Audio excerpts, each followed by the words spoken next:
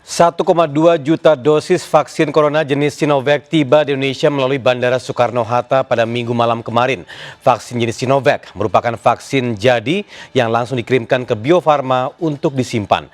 Meski demikian, vaksin tidak bisa langsung digunakan lantaran harus melewati tahapan di Badan POM untuk menjamin keselamatan dan efektivitas penggunaannya.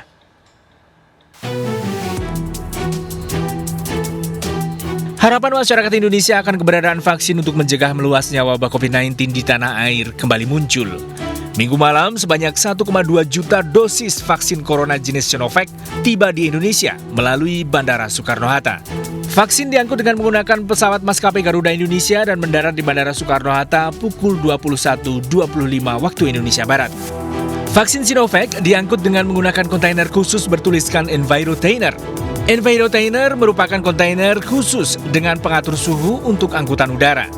Vaksin jenis Sinovac merupakan vaksin jadi yang akan langsung dikirimkan ke Bio Farma untuk disimpan. Kedatangan 1,2 juta dosis vaksin Sinovac disambut baik Presiden Joko Widodo. Presiden menambahkan pemerintah tengah mengupayakan 1,8 juta dosis yang akan tiba awal Januari 2021 serta total 45 juta dosis vaksin dalam bentuk bahan baku. Pemerintah sudah menerima 1,2 juta dosis vaksin COVID-19. Vaksin ini buatan Sinovac yang kita uji secara klinis di Bandung sejak Agustus 2020 yang lalu. Kita juga masih mengupayakan 1,8 juta dosis vaksin yang akan tiba di awal Januari 2021. Meski demikian, Presiden mengingatkan vaksin tidak bisa langsung digunakan, lantaran harus melewati tahapan-tahapan di BPOM untuk menjamin keselamatan dan kesehatan masyarakat. Pertimbangan ilmiah dan hasil uji klinislah yang akan menentukan kapan vaksinasi akan dimulai. Sebelumnya, Kementerian Kesehatan Republik Indonesia telah menetapkan 6 vaksin COVID-19 yang akan digunakan di Indonesia.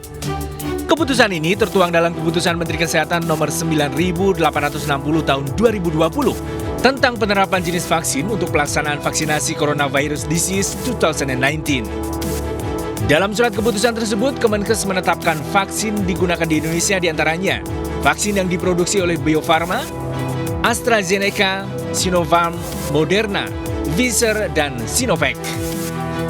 Keputusan tersebut telah ditandatangani oleh Menkes Terawan Agus Putranto 3 Desember lalu. Nantinya sejumlah vaksin COVID-19 ini baru bisa digunakan setelah mendapatkan izin edar atau persetujuan penggunaan darurat oleh Badan Pengawas Obat dan Makanan (BPOM). Tim Liputan iNews melaporkan.